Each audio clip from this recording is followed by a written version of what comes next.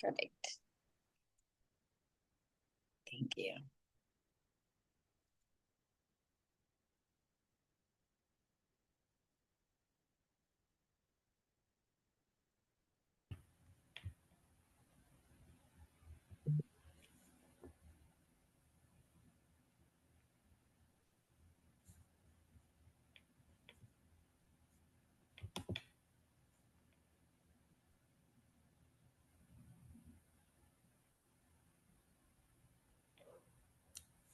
Good morning, everyone. Thank you for joining us today. Good morning. And I think I read, Savannah, can you also monitor the chat? Yes, I can. And Perfect. Lorna, they are going to go up on the committee page on the website, but give me a day or two to make sure those get up for you. Thank you. Absolutely. Yeah, thank you. We were just talking about that. Um, and we will make sure, even last month's episode is up on there, which was parliamentarian procedures, because I know I got a lot of feedback. People want to, it's like, I can't attend, but will they be recorded? Will you send me the minutes or whatever? So, yes, they will be recorded, and they are being recorded right now and will be up on the website soon. So, perfect. So I want to, good morning, Jody. Good morning, everyone. Hi. Again, thank you guys for attending this month's chapter leadership training. I want to be respectful to your time. And since they are being recorded, we will jump right into it. So today we are going to do the chapter leadership training. And Savannah, I'm so used to saying Amber, can you put this up? But if you could pull up the PowerPoint, that'd be great. Sure thing. Um, and so these are, we've had seminars monthly. And in the beginning, we had the roles of the board, kind of like NAWIC 101, which was hugely attended. And then we went to October and we had board training. November, we had strategic planning with the national chair, Lolene Mitchell. And then December, we took a break because of the holidays, because ours are usually towards the end of the month. And then we follow it up in January with parliamentarian procedures with National Parliamentarian Doreen. Um, so we're going to jump back to the NAWIC training because I think that is what our members are wanting, and the engagement and just the training. So we are going to do that. This is also something we do with our regional committee chairs and any members who are outreaching to the chapter leadership committee, that if they want more training. We have a number of topics that are available. Um, so please utilize us. Send us an email. The information, if you don't have my information, will be at the end of the slideshow. But we are pretty much available almost 24/7. If we're not sleeping, you can shoot me a text, email, anything, and I will get back to you like ASAP. And if I don't have the answer, I will definitely find it for you. There is a whole, you know, tribe behind us that can help answer any questions that come up. And also, we switched these instead of a webinar format to a Zoom format. That way they could be interactive. So please, I jump in anytime, raise your hand. I think we learn best from each other, because what might happen in your chapter is, more likely has happened or, is happening in another chapter. Um, but I do want to stress, even though these are kind of like guidelines, to follow, what happens maybe in California is definitely maybe something that's not happening in New York or vice versa, because we are so diverse in our chapters and we try to do what works best for each other. So, um, guidelines to follow. So let's dive into it. So today we are doing chapter leadership. And on the agenda, again, we are going to do the board roles and responsibilities, chapter meeting overview, and board meetings. We're going to kind of briefly go over all those. And then next month, we are going to do committees and chapter finance. So hopefully, Jody, there's your pre-warning is if I could, have you join us next month and kind of present on our national committees and kind of like those roles, as well as bring in, our chapter finance, just to kind of give a brief overview since it's mid-year in our NAWIC year and how the chapters are doing, how you guys are doing with your mid-year audits, our budgets being met, goals being met. So just a little simple, understanding. And then April, we will do our bylaws, standing rules, and policies. Hopefully I could drag in or ask, Catherine to help us out with that, our national bylaws chair. That is, I can't even tell you, such valuable information. And we will be going over a lot of those sections today, just to reiterate on paying, making sure you're reading those. May will jump into the national forums deadlines, any like contests we have going on, what forms need to be submitted, those kind of procedures. And then, and these could be tweaked, these are just kind of what we're thinking right now. And then national leadership staff, we will be having elections going on. So who is in our leadership staff, who is our new officers, just so you have an idea on who to contact and the resources to go to. So hopefully that kind of follows in with the NAWIC 101. So we have board roles and role of the board. So role of the board. And look at my news. So we have the board consists of officers that are also known as the executive officers, the president, president-elect, vice president, secretary, treasurer. And I know some chapters don't have a president-elect and their standing rules may say shall or may include. I think it's just a chapter preference on maybe how many members you have, how many want to be in that role. So it's not, I believe, something that is mandatory for the chapters, but it can be. So the directors, you need to have at least 2 directors. And your board is elected from the membership by the membership with voting members, not elected by your non-voting members, which we will get more in detail after we go over these trainings, because we're going to jump into elections since we are there. And they must be active and corporate members. So be sure that your secretary has a list of the attendees, the list of your membership that are active.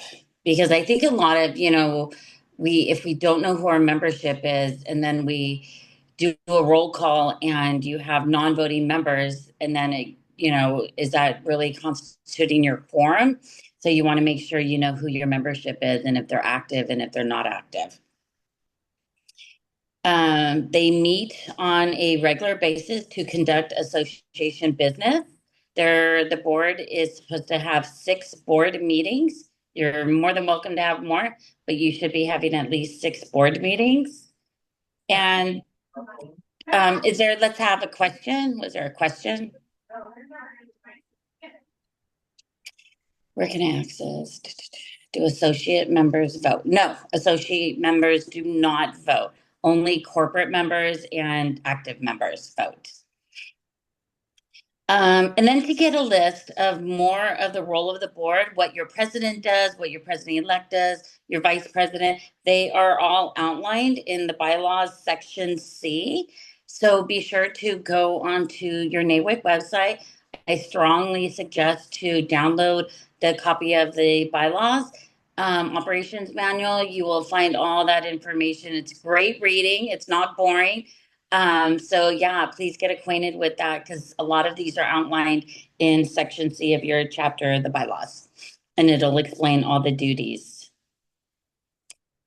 Okay, next.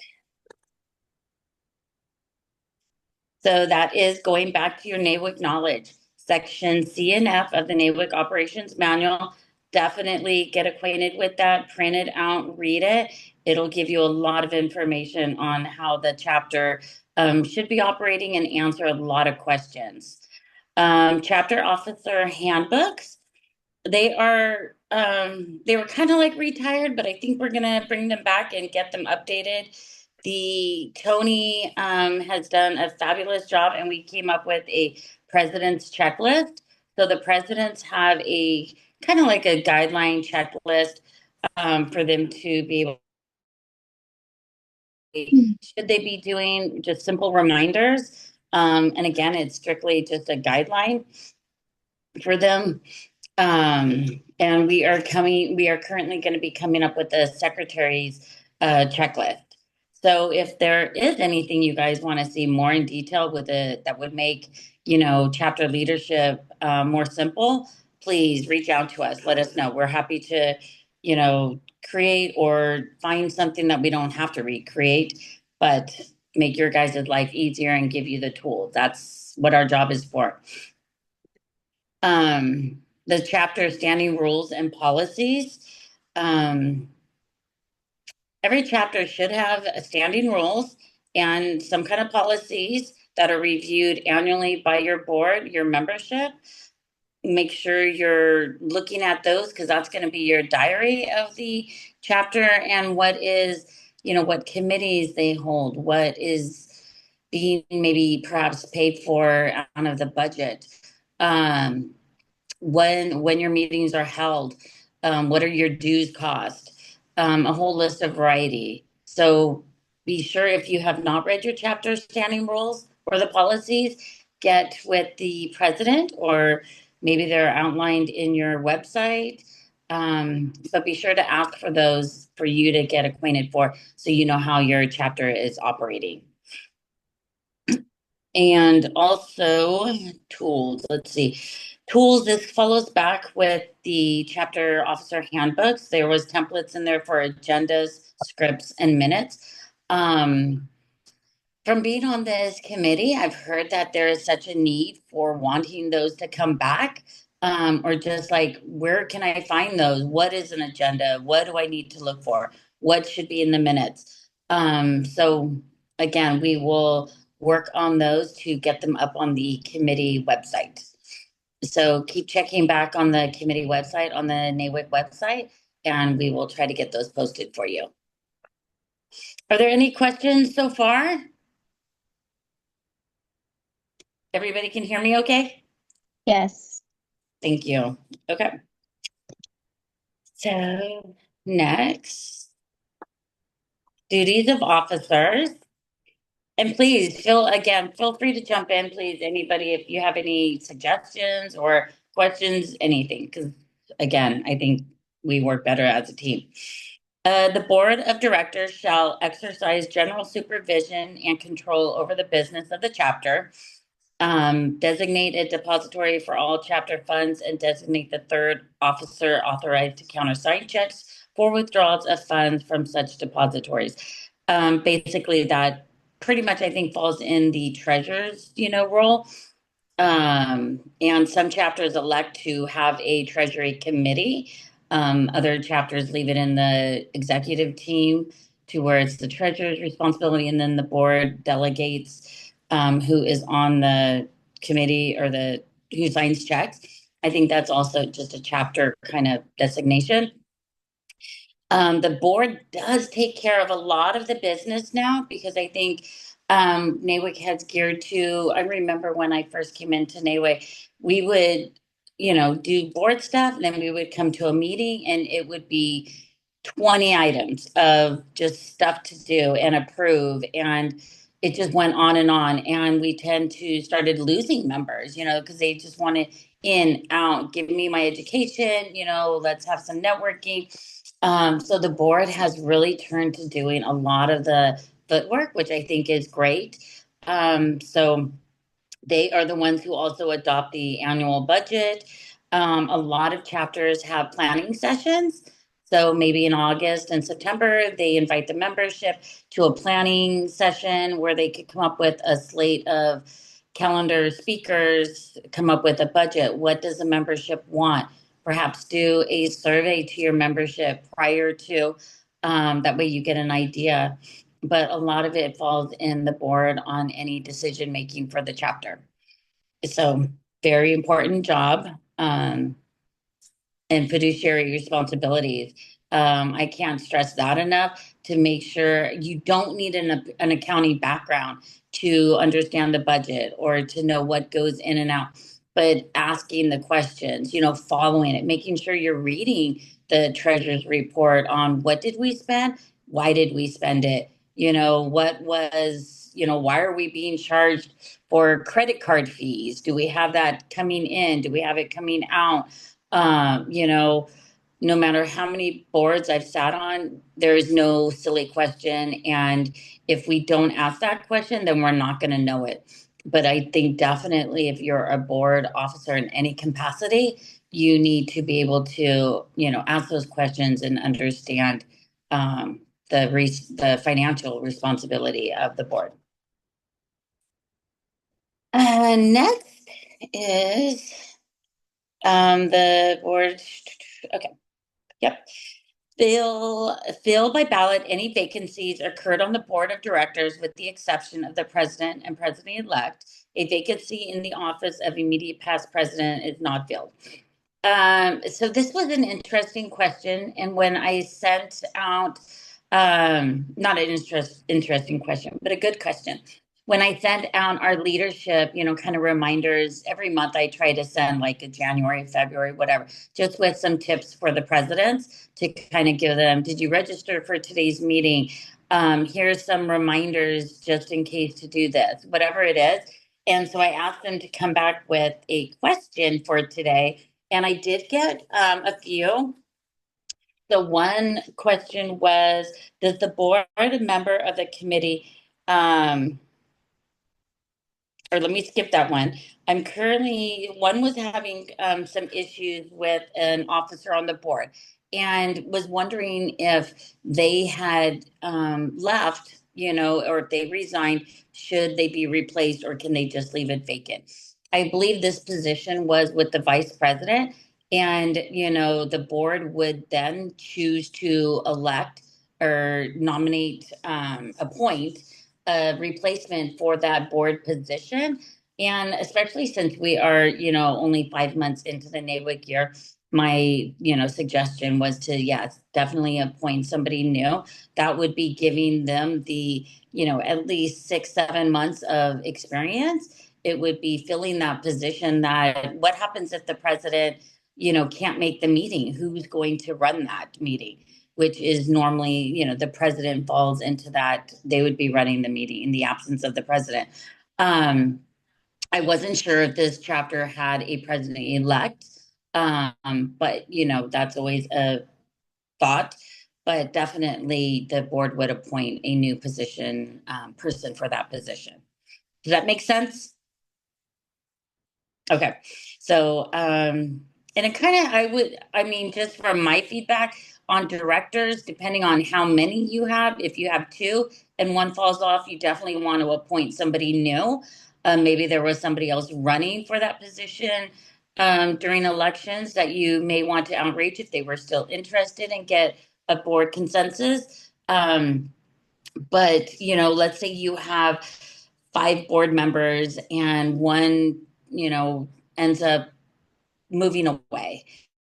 And I think the time frame, I would think, it could be chapter consensus on, do we want to replace that board member or not?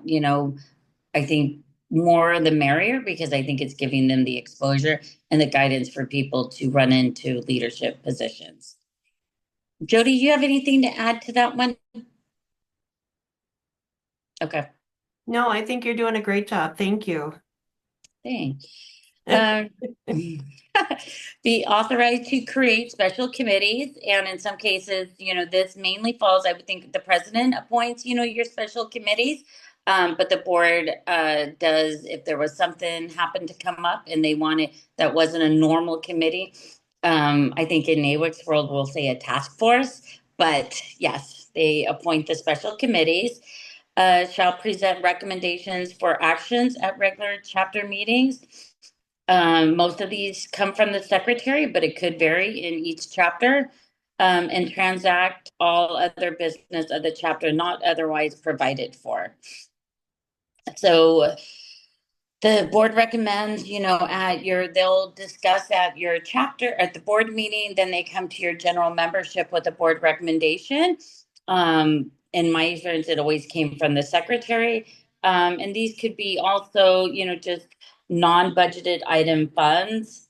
Maybe we want to support a certain event, a trade show, an activity, a community service, something that needs, membership approval would come from the board direction. All right. Effective chapter directors seek to do the following. Familiarize yourself with the materials in sections C and F. Again, I can't stress that enough. Go onto the website, download them, read them in your spare time. It's just very valuable information that you want to get familiar with. Faithfully attend meetings. We're all volunteers, but we also do, put ourselves in a position where, yes, we want to serve on the board. I commit, when we go through installation, we say, I do, we're giving, it's just like a marriage. You want to make sure you commit to, your attendance. Because if a board doesn't have a quorum, then, there's no business that can be conducted.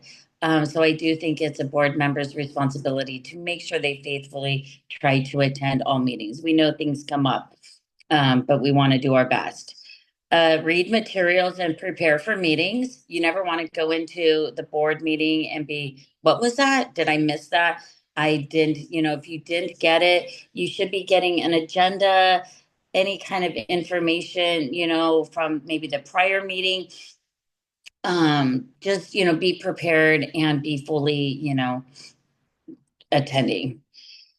Ask questions before, during, or after meetings. Be vocal. Again, we're all on this together. I can't stress enough that, no question, but if you're thinking it, somebody else is thinking it too.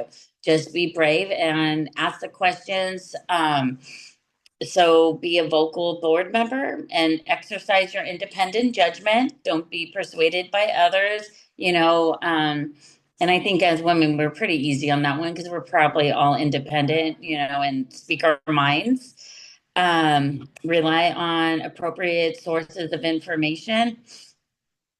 Yes, get your, what do they say, the ducks in the row. Make sure you have all your information. Just gather everything you can. Review board minutes.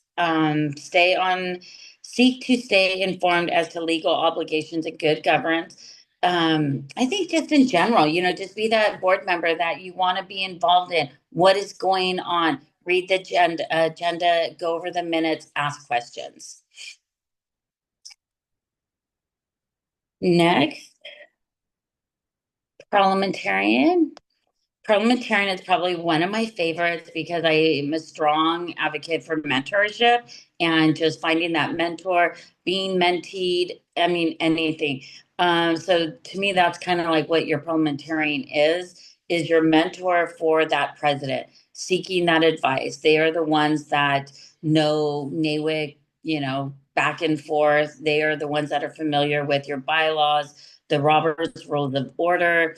Do they have a voice on the board? I think a lot would debate this, but there's some that shouldn't be talking. They do not have a vote and they can't, bring up board recommendations or anything like that. But they are, and depending on who it is, it might be a more seasoned member that you're bringing in for that guidance. Please share what is your thought on that, as we move forward. Some are just, ones that sit back and just guide the president. Does it have to be a board member or does it have to be a NAWIC member? No, you could get somebody on the outside that can be a parliamentarian for somebody. It does not have to be a NAWIC member, which I don't think I've ever not seen, but I think it would be interesting too. But they are appointed by the president and or asked, and they advise the president on their agendas, any kind of information that comes up. They are impartial, and that's why they do not make motions or they don't participate in a debate or vote. They serve as the advisor for the board and the president. And at any time, the president can take a pause and say, excuse me, I just want to consult with my parliamentarian if maybe a discussion is coming to, two different sides or just wants clarification. Um, I know just sitting at our mid-year board meeting that we just had as, secretary, you come up with a summary of action. So before I presented that, I'm like, wait, time out. I just want to talk, a minute with your parliamentarian. So I make sure I'm on task and doing, listing what needed to be done.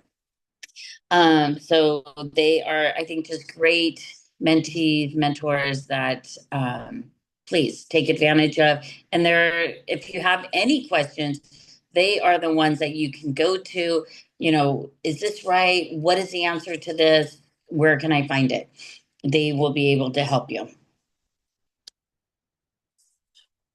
Any questions so far on that? Shauna, this is Carol from Chapter 21 in San Diego. Got a question. Yeah.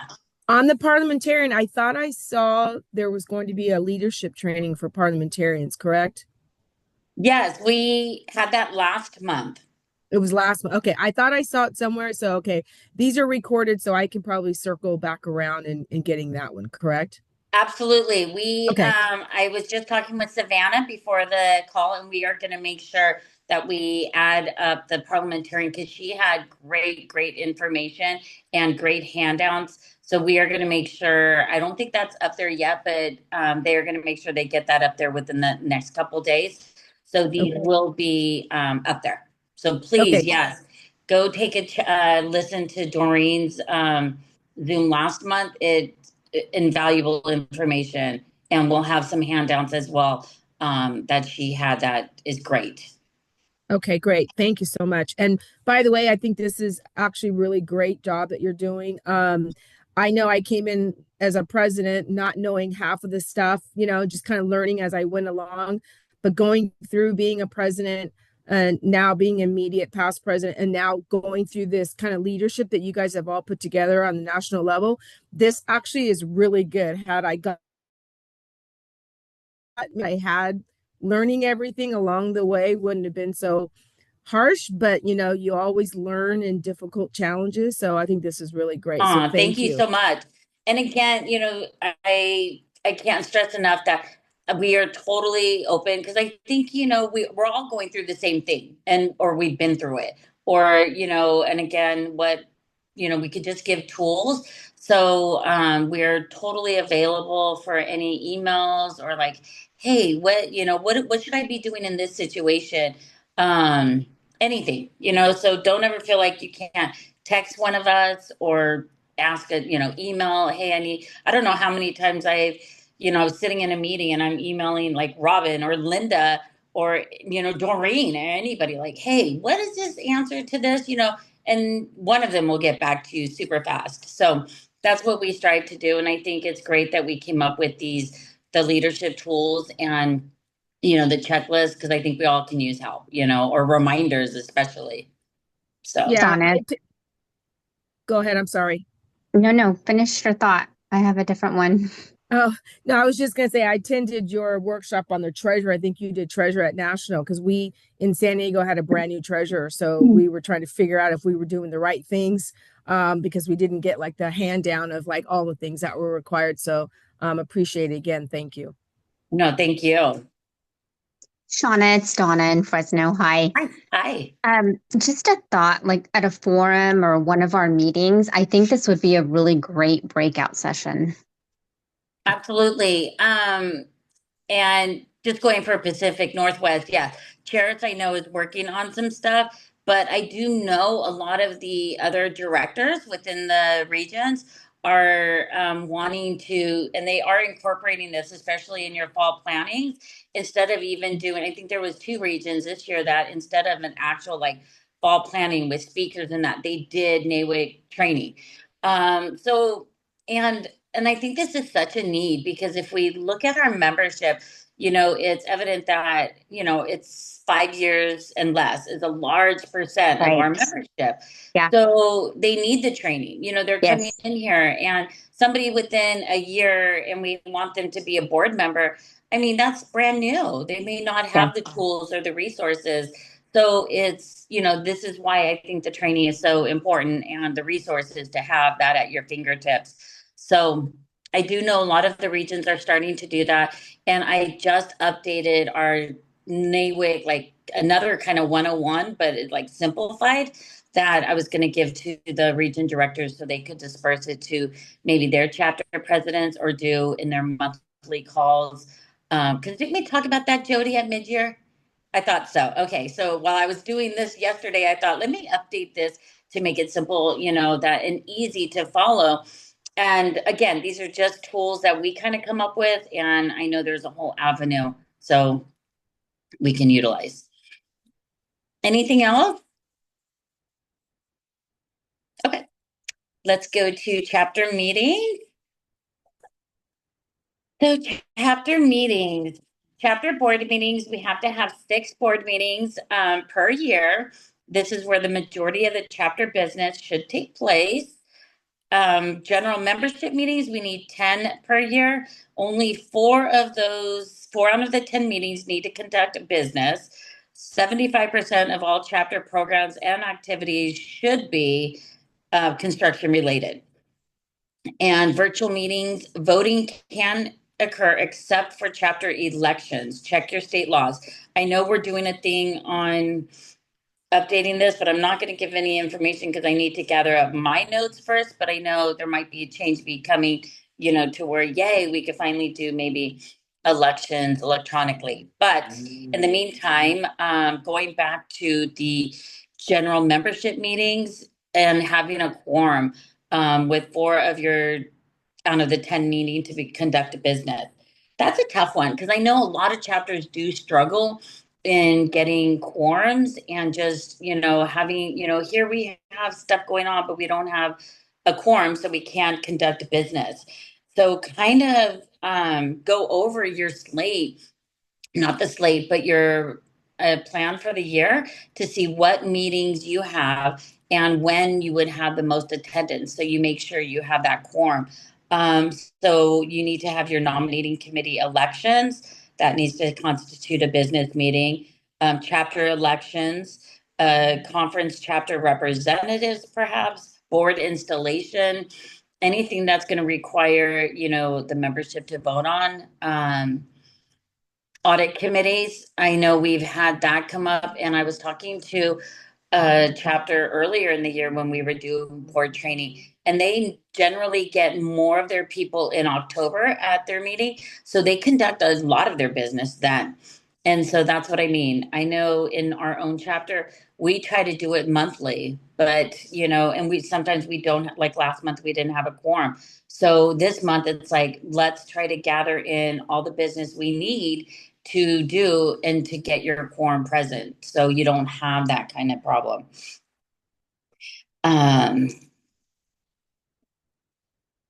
I think that was all I had on that one because the next slide is quorums. And so quorums, your membership is a third of the voting members of the chapter shall constitute a quorum at any business or special meeting. So if you had 20 members in attendance, you would need how many? 7. If you had 100 members, you would need 34. So just make sure and those are voting members. So voting members, corporate members, not your non-voting members or your retired members, they have to be your active voting members. So once the meeting is called to order, you'll want to conduct a roll call, which can be done by calling all members' names or silently at the board meeting or general meeting, or just have simply your sign-in sheet. So somebody at your, general meeting is checking in who's coming and is in charge of knowing, are they a voting member? Are they a guest? Are they a non-voting member, retired, so forth? So that way they can report those numbers once the meeting starts to establish your quorum. The secretary should have at least the roster to calculate ahead of time what the 1/3 is. In order for a meeting, go ahead. A quorum at a membership meeting, do you have to establish can you let me back up. Can you provide an example of why you would want to or need to establish a quorum at a chapter membership meeting? Like what business would you need to have a quorum that you would be conducting at a chapter membership meeting? Good question. Right. So, if you have any business that comes before the general membership meeting, for example, we have, I'm trying to think, I'm trying to go through my meeting in my head, like chapter minutes, that would be approved, an audit report. I mean, and again, these varies on chapter, what they're doing, conducting business. But let's say they needed a board vote or a chapter vote for something that was outside of the budget. Somebody decided, like, oh, we have this great event, we want to donate $1,000, and it's not in the budget or anything, so they bring it to the general membership for approval, to spend that over the budget. Or there's a certain task that comes in, or you're electing your nominating committee that needs to have board or chapter approval, because you're not just saying who would like to be on the electing committee or the nominating committee. I raise my hand. Okay, Shauna, you are on it. You have to be elected. So that takes a quorum to, make sure that vote is counted on. Does Okay, that make that was a sense? good example. Yeah, no, that was a good example. I was just trying to think. I think minute meetings, chapter or board, I think we've been doing them in our board meetings, not in front of the general membership meeting. So I was just curious, but the nominating, that's definitely a good point. So that's being done. So okay, thank you. Yes. So anything outside of what is being done at the board meeting. Yeah, or raising the dues. I'm trying to think of stuff, like I said, we didn't have a quorum, so I'm thinking off the top of my head. But like so when you raise your dues, that goes to your membership. So you need to make sure you have a quorum there to do that. Jody, what else can we think of? Another example. I think those are great. Yeah, no, that was what I was thinking too. One of the big things for our general membership is your nominating committee. Like you said, if there's anything that, maybe there's some significant changes you want to make. I know at one point in time, we had a scholarship committee, and we decided as a chapter to turn everything over to NFSF. And so what that did was it gave the board the duty and responsibility to make sure that they were handling the funds. And so we took that scholarship committee away and changed it there. So there's not a whole lot that general membership votes on, but definitely there are a few things, and we do need to have a quorum for them, a quorum set for them. So, no, you're doing great, Shauna. You're hitting all the great points. And I think a lot of communication, communication. If you know something is coming up, or the board spoke on, you have elections coming up, or you have anything that needs to be voted on, you want to establish a quorum, get it out to your membership, tell them, hey, we need your presence, at the meeting this month, we need to establish a quorum. We want to hear your voice. We want you present. We want you to vote. Really encourage them, if you're having that lack of attendance. But I think just that prior communication will really, engage them, where it's like your voice is valid and it needs to be heard. Would really, I think, go a long way to establish that quorum there. So, Thank you. yeah, thank you. Anything else on that one? Okay. So, board meetings. Organized board meetings. Set the agenda, which normally would come from the president. But I think when I read set the agenda, it's also setting the tone, setting, your role as a board and just, coming as a unified board, coming in as one and leaving as one, I think is really, crucial, because you are one voice and you're coming together. So I think it's really like setting the agenda, setting the tone of how you want the meetings to go. Conduct the majority of the chapter business. It can be done virtually, and start and end on time. I think, a lot of us have heard, with being a good leader, right? You start on time, you end on time, and end with an action plan. All members on the board should exercise their right to vote. And I think we just expressed that even with our general membership. The immediate past president has the right to vote, and she is also a part of the board. Again, the parliamentarian is not, even if they are a member. Agendas set the purpose of the meeting. They provide a compass for direction. I think it's a smart practice for the president or anybody coming up with the agenda to send it to the board members prior to attending, because that is a way to stay on task and to make sure that they are prepared and they know what's going on. Savannah, can we back up one more? Perfect. Thank you. I was getting lost on my own notes, but thank you.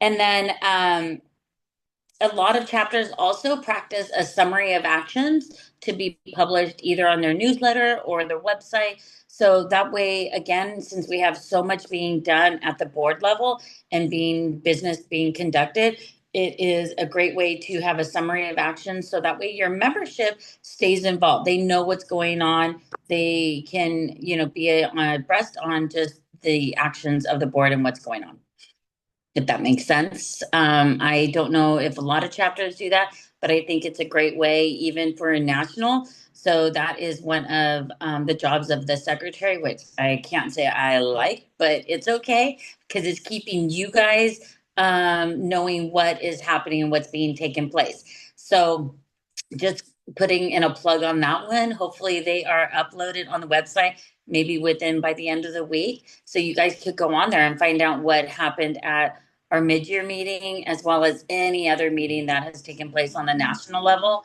the summary of actions. So try to maybe practice that in your own chapter, so that way your membership can know what's being taken place. So Jody, thank you very much. This isn't a plug for me, but so going to next slide. Small board procedures. I didn't think I had this one in here, but I think this is great because some don't operate on small board procedures and some do. But this is something that happens in the beginning of the year. And if you take a look back at our parliamentarian procedures, we went over this last month, and it will be as well uploaded on the website. The small board rules, which get adopted in the beginning of the year when you have your first board meeting. And mainly it is members must obtain the floor before making a motion or speaking, but they could stay seated. I mean, it's a little just less informal. Motions don't need to be seconded. There's not a limit to the number of times a member can speak. A vote can be taken without a motion. Again, I think it's just a little bit less informal than your regular, board procedure. It's something that, again, the board takes in the beginning of the year and calls, and then can continue it all throughout. Your national board acts on small board procedures. So something else to get familiar with. And if you're not familiar with it, be sure to look at last month's parliamentarian procedures, and it will explain a lot more and have the information that you need. As well as the next slide of Sarbanes-Oxley, each board member, they need to sign, I believe, the conflict of interest. And these are all part of the, Savannah, the next slide, please. Thank you. They are all part of the secretary and must be documented in the minutes that the board has adopted these. Every board does this. The national board does as well. And the outline of these are all in your operations manual on the bylaw section. So please get familiar. This is like an IRS, I believe, requirement. I just know we do these every year at our board meeting and adopt them, and they are reflected in the minutes. So it's a part of your directors and officers' responsibility. Any questions on that? Okay. So going to I have that a was question. yes, I'm please. sorry, this is Donna in Fresno again. Where did you say we could obtain those documents?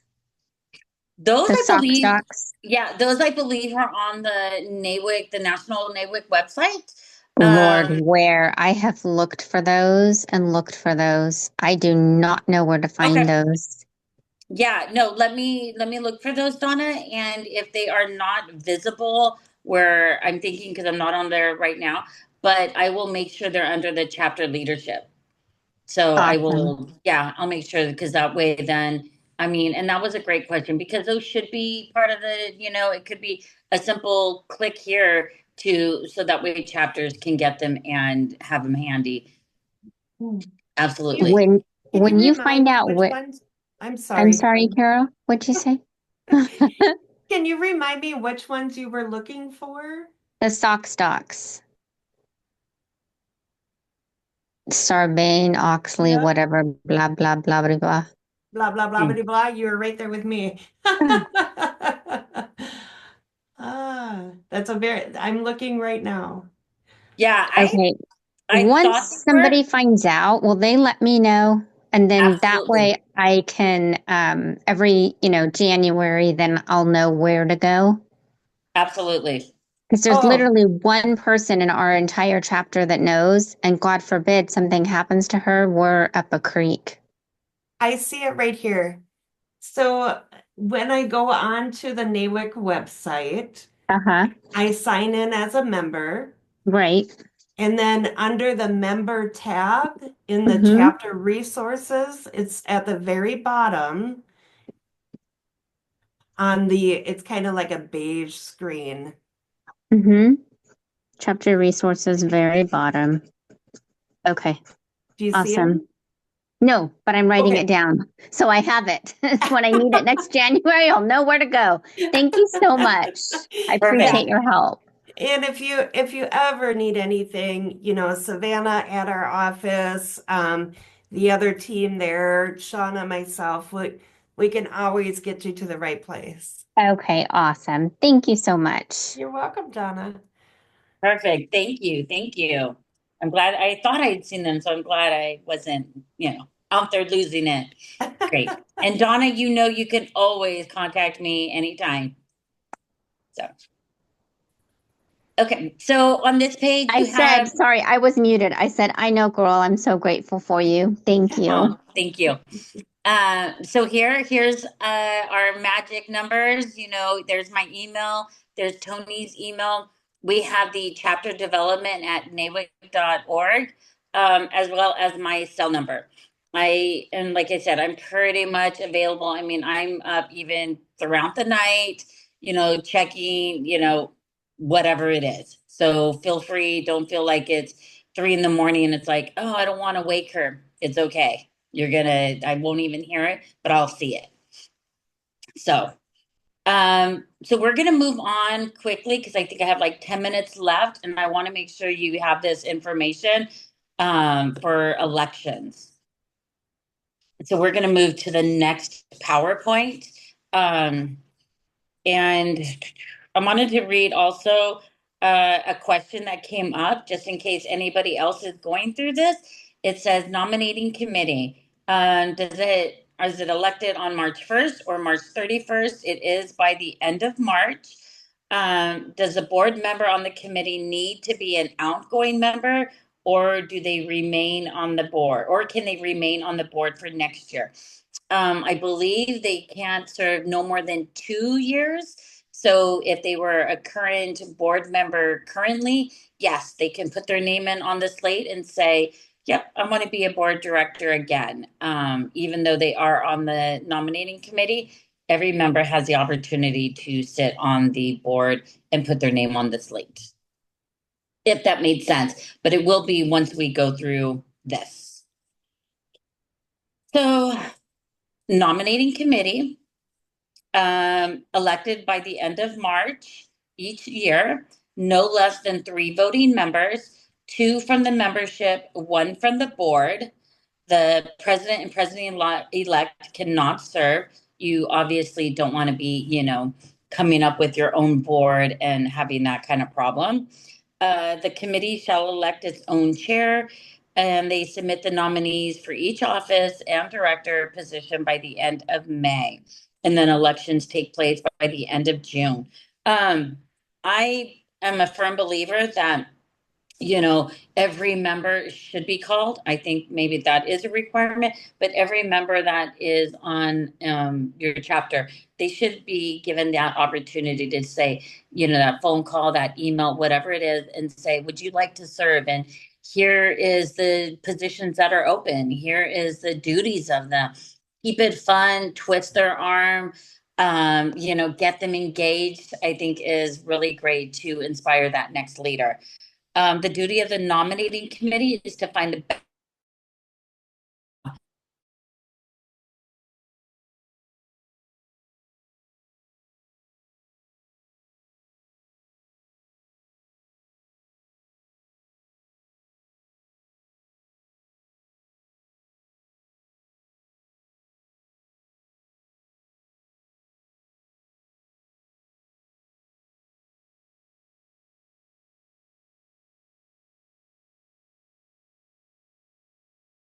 secretary, your directors. Um, so you want to make sure they come up with the slate, they present it to the general membership meeting, they open it up for nominations from the floor. You want to do that at 2 meetings, and then you vote. So whether they are done earlier, later, doesn't matter, but you want to make sure that it gets done properly and that everybody gets the opportunity. That makes sense, guys? Gals? Okay. Yes. Perfect. Okay. So going back to, or the next slide. Again, elections take place by the end of June. They can be held in 2 ways: at your general membership meeting, and this is obviously where you need that quorum present, or by mail ballot. They are to be elected as vice president, president-elect, or president. You must have served on the board of directors. And when there is only 1 nominee for the office, the secretary may be instructed to cast the elective ballots. So that just means let's see. And I'm going to be honest with you, I don't know much because I've only been involved in, in-person elections. So I'm not very familiar with mail ballot elections. Is anybody on this call do mail ballot elections that can maybe enlighten myself? Okay, everybody does them by in person? Okay. So yeah, so there is a whole, I do have the PowerPoint on mail. The mail thing is, I know you do have one person that is elected to, you're going to be sending them out by ballot. They get sent to the same person, and then they are appointed to receive and count the ballots.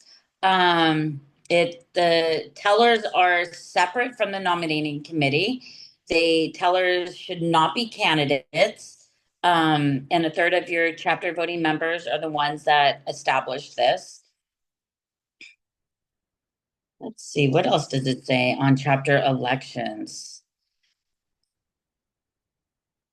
Next slide, please. Ballots. Secretary should furnish the official list of voting chapter members. Again, this is important to know who is an active member and who is not. Have ballots ready, so be prepared in that. Whoever is, you are going to elect as your tellers, make sure you have enough copies it could be a ballot to where they have the names on it. Make sure your rules are pretty much outlined, like pick 3 directors, pick 2 directors. Be sure, the names are spelled clearly. Nobody likes their names misspelled. But clear instructions and what they're supposed to do afterwards. Fold it in half, raise your hand. So and so will come by and pick up your ballot. Then the tellers go, away, usually into a separate area. They count the ballots, and then they will return to the president, and the president then will declare the results.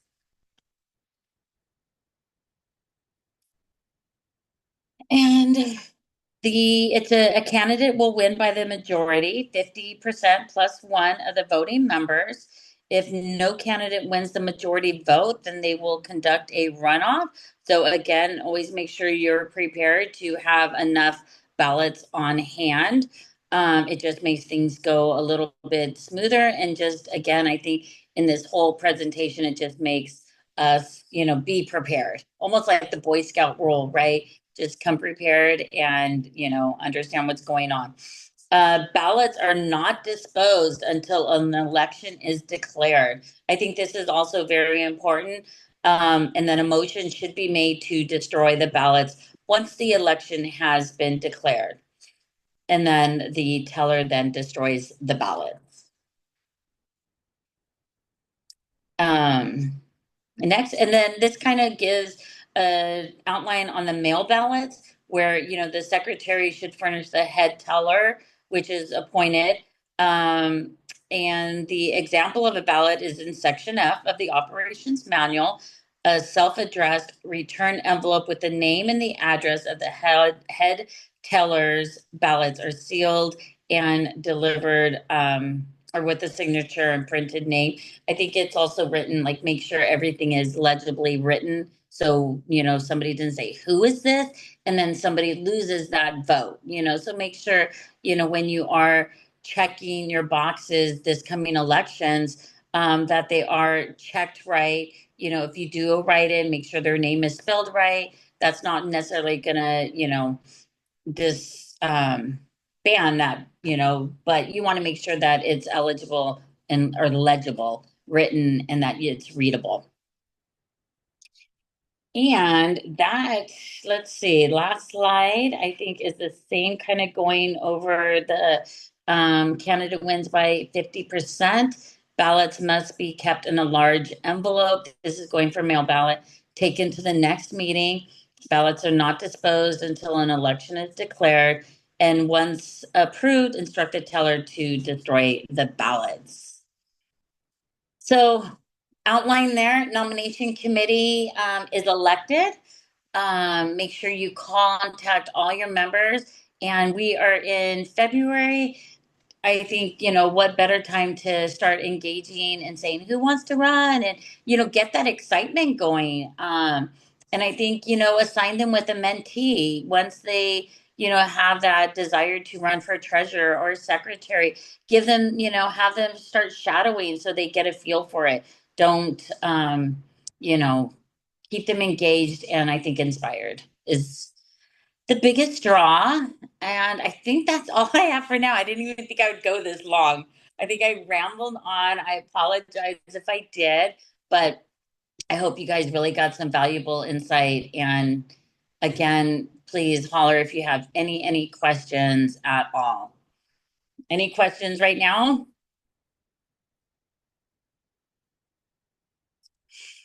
What's for lunch?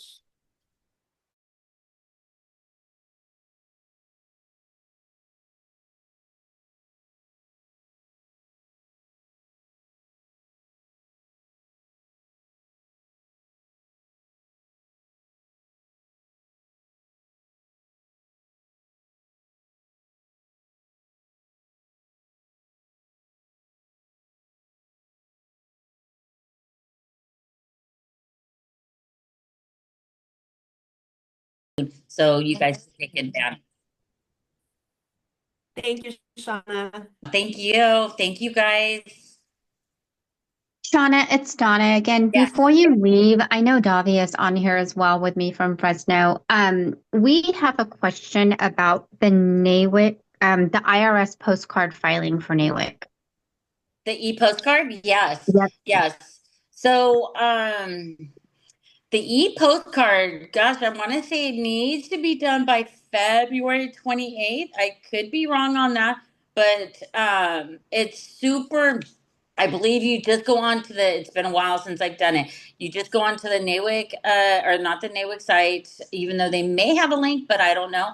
Go on to the IRS site, punch Mhm. in your, you could probably Google the e-post 990 e-postcard. You put in your federal identification number, and it should bring you guys up.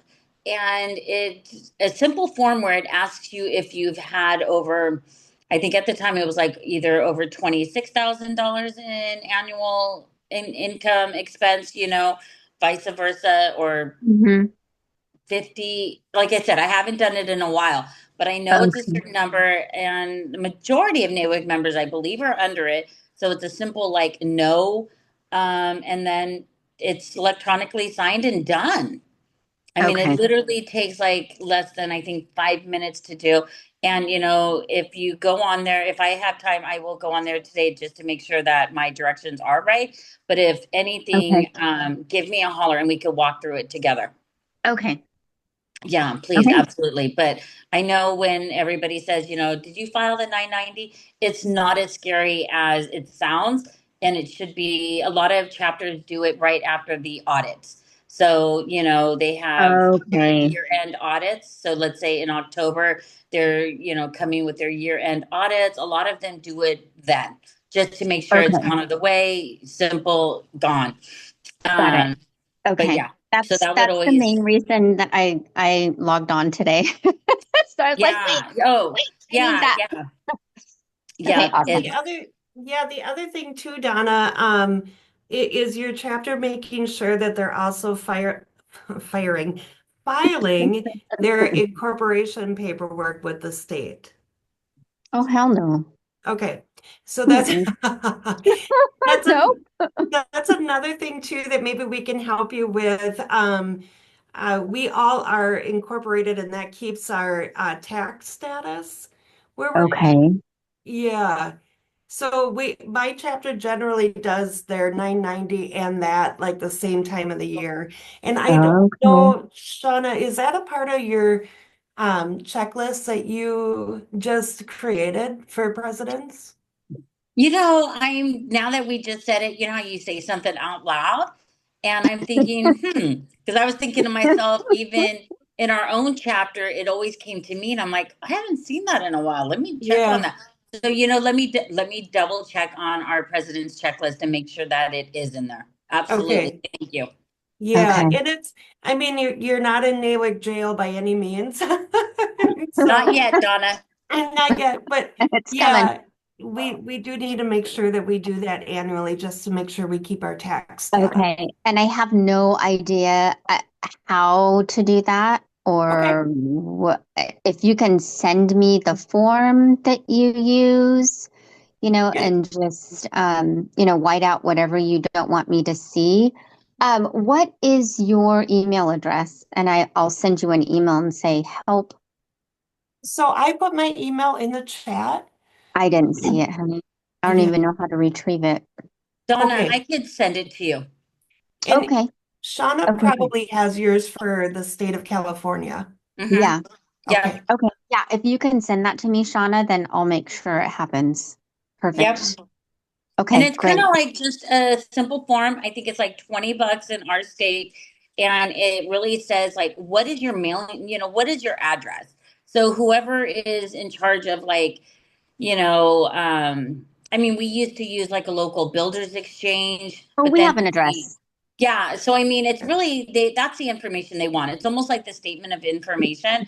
Okay. So they want to know who your officers are, and it's really like the president, the treasury, the secretary, and Mhm. then what is your mailing address? And it's like Okay. and it's a $20 filing fee. Okay. Got it. See, now if you move to Minnesota, it doesn't cost you a thing. So we'll bring you here. Right? Right? I know California, we're broke. We need everybody's money. No kidding. So, Okay, great. all right. Yeah, Well, thank you. I Any, really appreciate the help. of oh, course. anytime. Okay, take Anybody care. else have anything you want to ask? Really fast before I let you guys go, I'm sorry. There was a question on how is people gaining the engagement on membership? Is there any, I want to make sure I didn't forget that question for somebody, but they wanted to know, does anybody have any trips to or tricks and tips to engage their membership, especially during election season? Anybody want to share? Okay, well then we need to work on that one because definitely the phone calls I think are crucial. Maybe the member who you haven't seen in a while, as we're speaking of quorums, reach out to them, a simple email like, "Hey, I noticed I haven't seen you since December. How's it going? Do you need a ride to the meeting? Are there any topics, have we met your needs? Are we not meeting your needs and why?" But I think the simple engagement I think goes a long way. I think cards, maybe sending a quick card to somebody you haven't seen in a while does, wonders and just, I think, perk somebody up like, wow, they actually thought of me or took the time out. I think just connecting and in today's, day we're in, it's very simple to do. I think it's just us finding that quick 2 minutes. So whether it's a reminder on your phone, your Outlook calendar, whatever it is, designate 5 minutes to say, let me take a minute to reach out to two members, 3 members, whatever it is. Because I mean, it does take a quick, and chat GBT it. How am I going to inspire this member to get her for you? But yeah, engagement, I think I can't stress enough and find that mentor mentee that your help inspiring the next day. So, all right. Thank you, everybody. I appreciate your time. Take care. Thank you, Shauna. Bye bye.